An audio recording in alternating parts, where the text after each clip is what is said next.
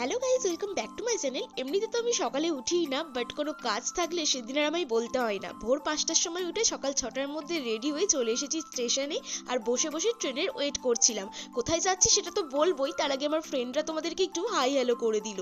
তারপরে আমরা উঠে বসে পড়েছি আমাদের লাক্সারি বাসে। এই যে আমি আর আমার ফ্রেন্ড এখানে বসে গেছি, তারপর আমাদের বাসটা ছেড়েও দিল, আর বাসের মধ্যে আমাদের ব্রেকফাস্টও দিয়েছিল।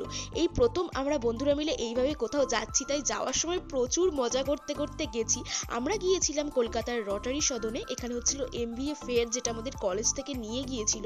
আর যাওয়ার পরেই আমাদের যা কাজ ভিডিও করা। এই যে আমার দুই ব্লগার ফ্রেন্ড এখানে বসে আছে। এরপর প্রচুর কলেজের স্টল এসেছিল, সেখানে ঘুরে ঘুরে কথা বলার পরে ফুড কুপন পেয়ে গেছি, আর খাবারও দিয়ে দিয়েছে। সত্যি বলতে খাবার ভীষণই ভালো ছিল।